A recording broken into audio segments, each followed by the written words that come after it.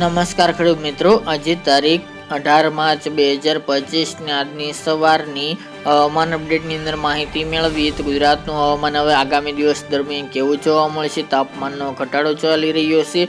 આગામી દિવસમાં heat વેવનો round આવી રહ્યો છે તો ગુજરાતની અંદર 45 ડિગ્રી પાર તાપમાન પણ જોવા મળશે.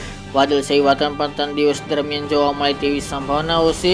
તો તેની વિશેષ માહિતી મેળવીશું. ચેનલમાં નવા હોય તો ચેનલને સબસ્ક્રાઇબ કરી નાખજો અને વિડીયોને લાઈક આપીને તમામ ખેડૂત ભાઈને શેર કરી દેજો. હાલ ગુજરાતની અંદર તાપમાન નીચું જોવા મળી રહ્યું છે. ઉત્તર ભારતમાંથી સિસ્ટમ પસાર થઈ રહી છે, જેના કારણે ગુજરાતના વાતાવરણમાં પલટો જોવા મળી રહી છે. છેલ્લા વાત કરવામાં આવે તો હોળી ધૂળેટીના દિવસો દરમિયાનથી જ ગુજરાતની અંદર તાપમાન નીચું ચાલી રહ્યું છે. 2 દિવસથી છૂટાછવાયા ભાગોની અંદર વાદળછાયું વાતાવરણ પણ જોવા મળી રહ્યું છે.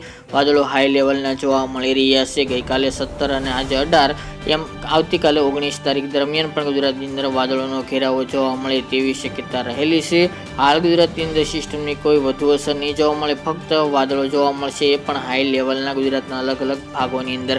બાકી ગુજરાતમાં માવઠું થાય તેવા સંકેતો જોવા મળતા નથી. હા, ઉત્તર ભારતના રાજ્યોની અંદર માવઠાની આગાહી હવામાન વિભાગે કરી છે, પરંતુ ગુજરાતના ખેડૂતોને ડરવાની જરૂર નથી. ગુજરાતમાં 22 તારીખ સુધી તાપમાન નીચું ચાલે તેવું અનુમાન દેખાઈ રહ્યું છે.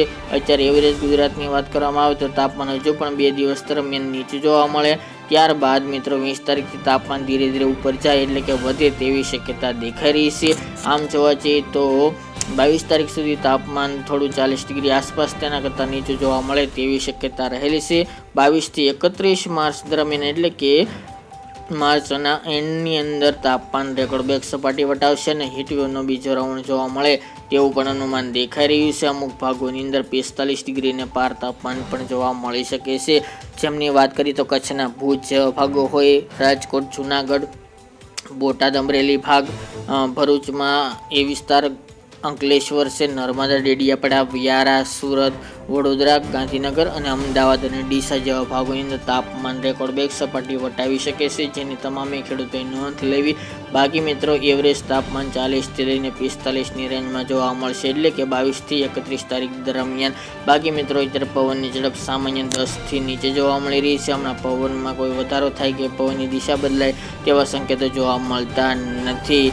રાત્રે દરમિયાન પણ અત્યારે તાપમાન હાલ તો નોર્મલ આસપાસ ચાલી રહ્યું છે. હમણાં ધીરે ધીરે 22 તારીખથી તેમાં પણ વધારો થતો જોવા મળશે. બપોર દરમિયાન ગરમીનો અહેસાસ યથાવત જોવા મળશે, પરંતુ હજુ ચારક દિવસ દરમિયાન હજુ પણ ખાસ કરીને બપોર દરમિયાન તાપમાન નીચું જોવા મળે તેવી પણ શક્યતા દેખાઈ રહી છે. આગામી દિવસમાં, એટલે કે માર્ચ બાદ એપ્રિલ અને મે મહિના દરમિયાન મિત્રો માવઠાની પણ શક્યતાઓ છે. તેની તારીખો અને તેની વધુ માહિતી આગામી દિવસમાં જણાવતા રહીશું. તો મિત્રો આ અત્યારની વહેલી સવારની અપડેટ.